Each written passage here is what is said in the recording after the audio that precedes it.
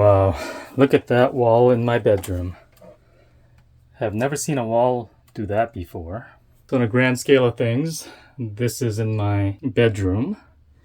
And you can see how this wall started popping out. I've restapled this a couple of times, but this keeps popping out. So it looks like this responsibility definitely falls on Dynamax. I'll go ahead and repair this. And we got a two-part problem so there's no structural support. And then secondly, I think when they put this closet in, it ended up pinching this wood and there was nowhere for the wood to expand to. So there's a big bulge here and it naturally wants to pop out.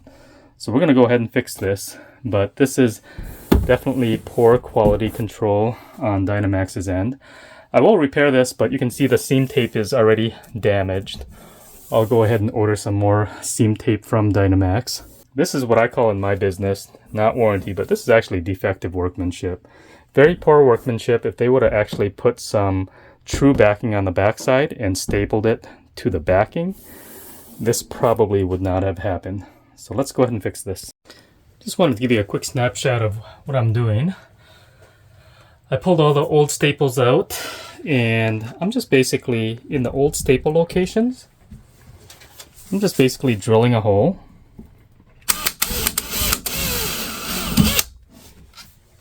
And I'm using one of these little screws here that I have on hand.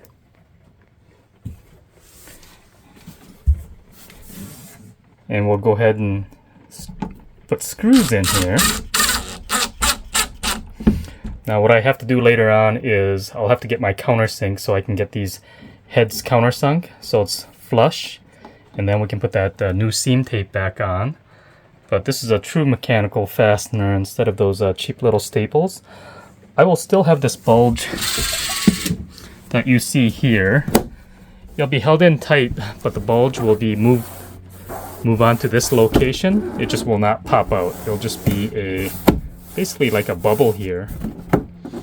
It's unfortunate, but I think the only way I can truly fix this is rip apart the entire closet, not to have this bulge in this location. But I feel pretty good about putting actual screws in here. It should hold in place. So I'll show you the finished project.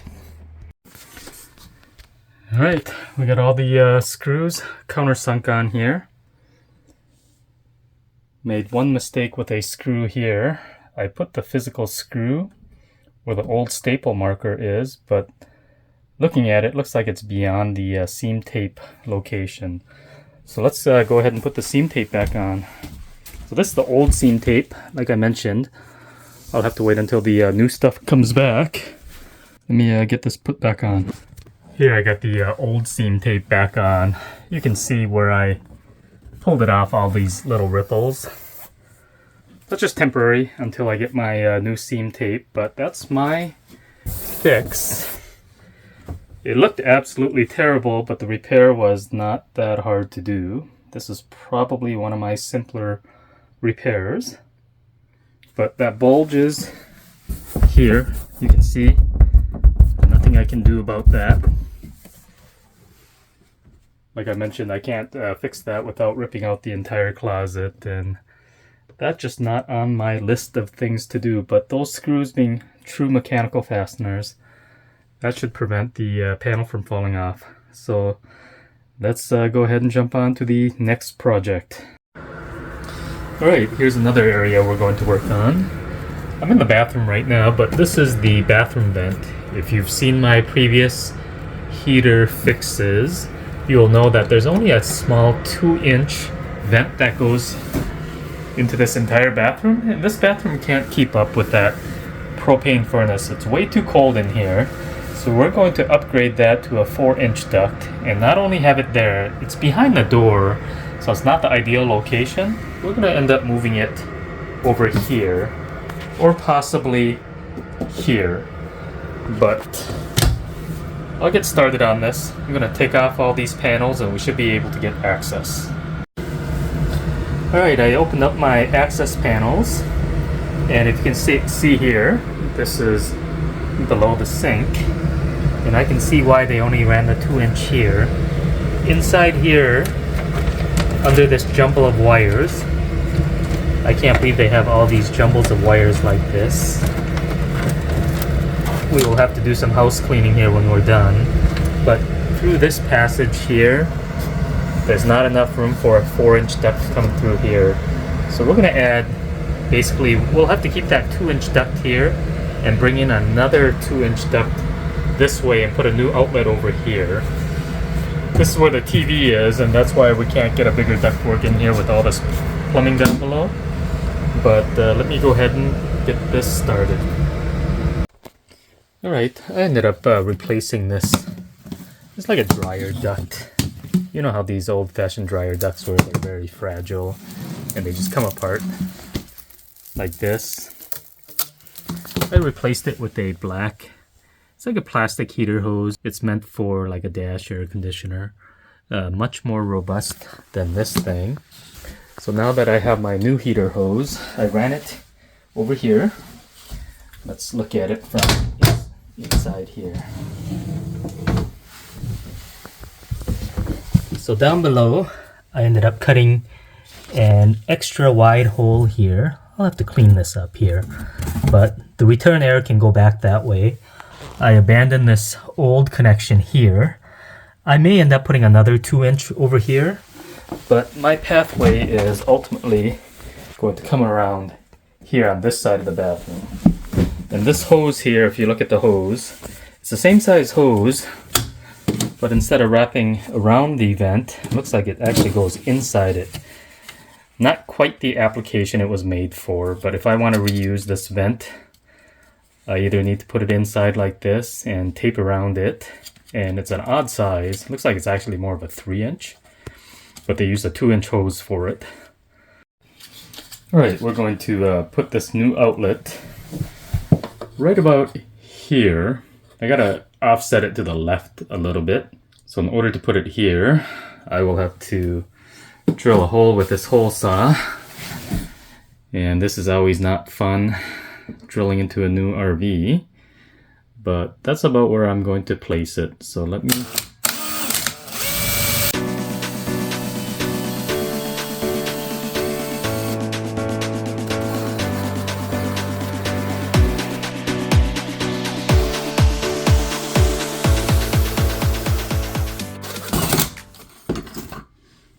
There we go. Well, we got some sawdust everywhere. I think you get the concept. This piece will go right here and we'll attach the hose on the back. So let me show you the finished project. Alright, here's my finished project. I relocated this grill here. You can see how the heater hose goes through here, through the other side. And I left the old hole in place. So what I plan on doing here is I'll put a new cover on. I'll have to buy one of the covers that I had before. And this will just be a return air. So the cold air, or return air, will go back through that hole to the furnace.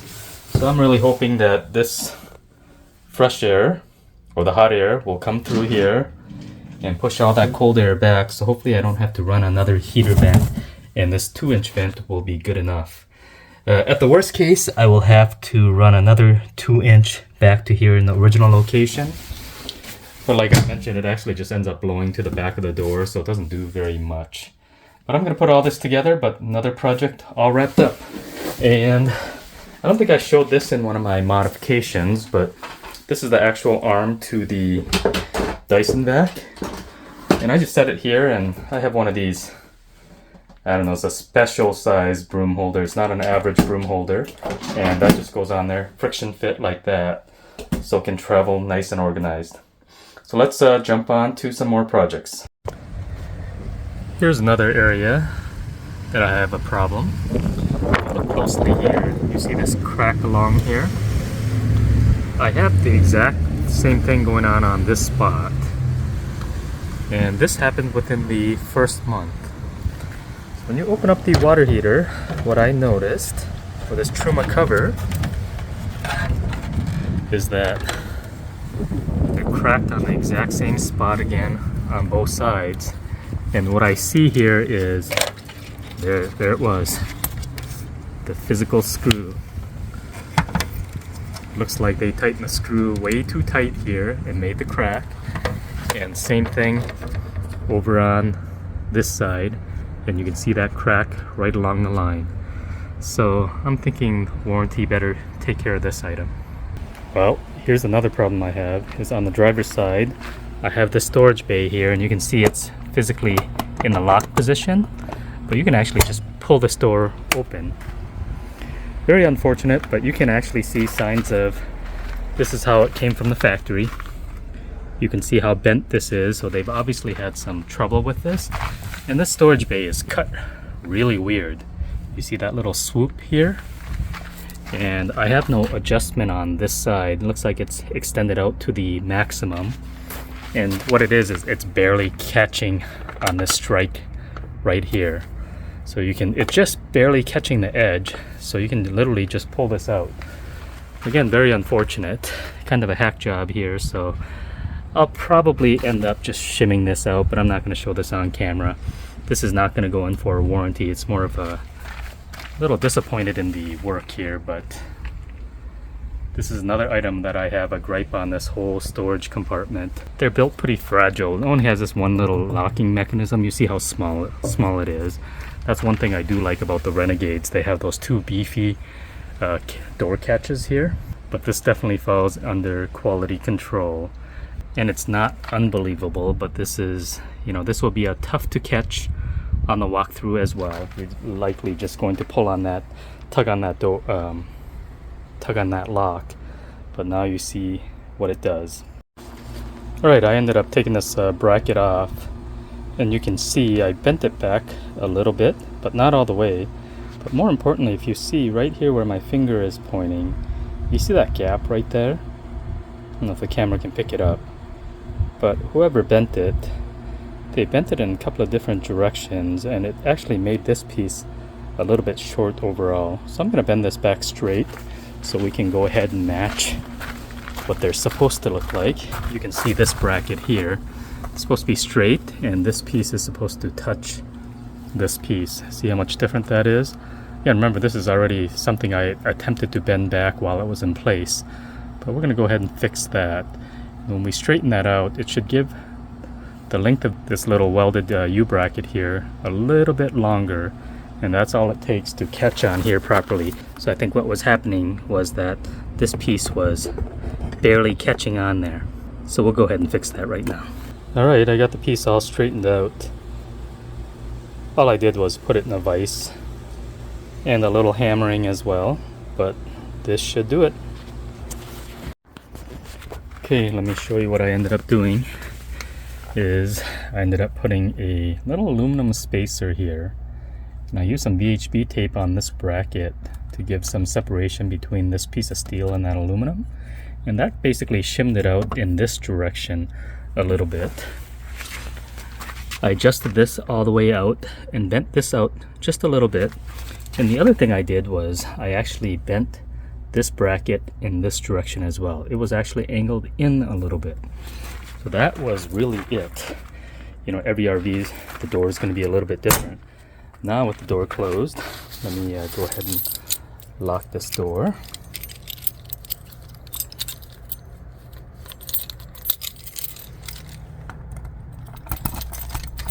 Now with the door locked, you can't open it. So that's really it. But pretty disappointing for the RV manufacturer to do this. Whoever assembled this on the line, it'd be kind of nice to see if the manufacturers actually keep track of who's on the line and does this work. But it was obvious they made an attempt to fix this and just didn't do it properly. And you can see how they butchered this section here. So there was obviously signs of an issue. But we'll go ahead and jump on to the next project. So when I got home, in my main storage compartment, what I discovered was that I had standing water in this storage compartment. Now I'm putting some carpet in here right now, but you can actually even see some evidence of the water or the dirt that was in here. And it took me a while to track it down, but what I discovered was that this manufacturer in the wet bay wore this plastic bottom comes together on this angle iron, they actually do not have it sealed in between the plastic and the bottom. So I traveled through some pretty good rain, and to the best of what I see, the water was actually coming from underneath through the L metal and up through this gap in the plastic. This lighting is going to be hard to pick this up, but this plastic ends right where my thumb is, but it continues on, the space continues on. It overlaps a little angle bracket, and you can see where it's riveted. But this area here is not sealed at all. And if you look up here, you can see the manufacturer actually put some sealant where the side panel goes on here, but they did not do that on the bottom. So I'm going to go ahead and put some sealant here from the top as well as from the bottom. I'll see if I can get a shot from the bottom. Here you go. From the bottom, you see where the angle bracket is here? This is where that plastic is, and the water can just get in between here. So I'm not sure if that was a mistake from the manufacturer or if this is just their standard build, but in the normal world, it will likely not get any water. But this is, I was driving through some pretty heavy rain. I'm gonna go ahead and seal that up. Well, here's another frustrating item that I'm trying to take care of. I have a very slow drip in my wet bay. And how I could tell was I'd get standing water in here every once in a while, as well as I could hear the pump cycle, you know, every 30 minutes or so. Just a pump, it would just cycle quickly and then shut off. And what I discovered was at my low point drain, I've taken this apart here, but all these PEX connections come up to this red hose here. This red hose is connected to a PEX fitting here and has a PEX clamp on here. And just like the Winnebago, this is not an approved fitting that anywhere in the world that I could see. So I don't know why manufacturers are still using this rubber, this plastic tubing with the PEX fitting and a PEX clamp. You know, those aren't approved fittings anywhere, and they're going to leak eventually. Especially on the Winnebago, I found that these hoses were completely out of tolerance, and that's what I see here. Is I see a giant hose. This hose looks way bigger than what this PEX fitting is, so I have a trickle leak coming out of here. So this is going to be a pain in the butt to fix. Okay, I'm just going to band-aid this repair. I don't have the energy to really take care of this. Unfortunately, on my Winnebago, I didn't document, but they have the same thing. They have all these flexible vinyl hoses, and I replaced every bit of it with actual hard PEX here. You can see right here has a combination of PEX and this vinyl tubing. And this PEX with these PEX fittings and these crimps, they are an actual approved assembly. But right here where you see this vinyl tubing being attached to that PEX fitting with this PEX crimp, they're not an approved fitting, and you're eventually going to get a water leak. So I won't show you the full process. All I'm going to do is my band-aid is I'm just going to put one of these clamps on here for now. But when I do have the energy, I'm going to end up taking all this apart and replacing every bit of that flexible tubing. I don't know how still to this day that a major manufacturer could be doing something this poorly. I know obviously assembly wise this is much easier to do, but there's nowhere in the PEX catalog where this is an approved assembly. And it's not a matter of if you're going to get a leak, it's when you're going to get a leak. 100% you're going to get a leak eventually. And how you will know that is you'll hear that pump cycling every once in a while. And the more often that pump cycles, that means you have a drip happening somewhere, and mine was. A drip was constantly coming into this wet bay from this fitting. And lucky I don't have it anywhere else right now, but like I said, this is going to be a band-aid. I may do a total separate video in the future on this. So let's go on and jump on to the next item. Okay, I'm going to show you what I ended up doing. This is not to show you how to properly fix this. This is not a proper fix. So I put this hose clamp on right underneath the original PEX fitting. It's barely going to be able to squeeze this little PEX connection, but I've done this before, but in a pinch this will work. So this is how I am going to band-aid it for now. Like I mentioned, the proper way is to rip all this out. There's probably a better band-aid to actually take that old PEX crimp off and recut the tube and try to re-squeeze this on here, but that's still not a proper assembly anyways. So I'm only band-aiding this. I'm pretty sure it's going to hold for a little while, and maybe I'll circle back and end up redoing all of this plumbing back here, and probably a good time to go over and put the manufacturers on the spot on why they're doing this and what kind of backup they have that they can actually do this. And I don't know how they can get away with this for so many years. So we will jump on to the next item.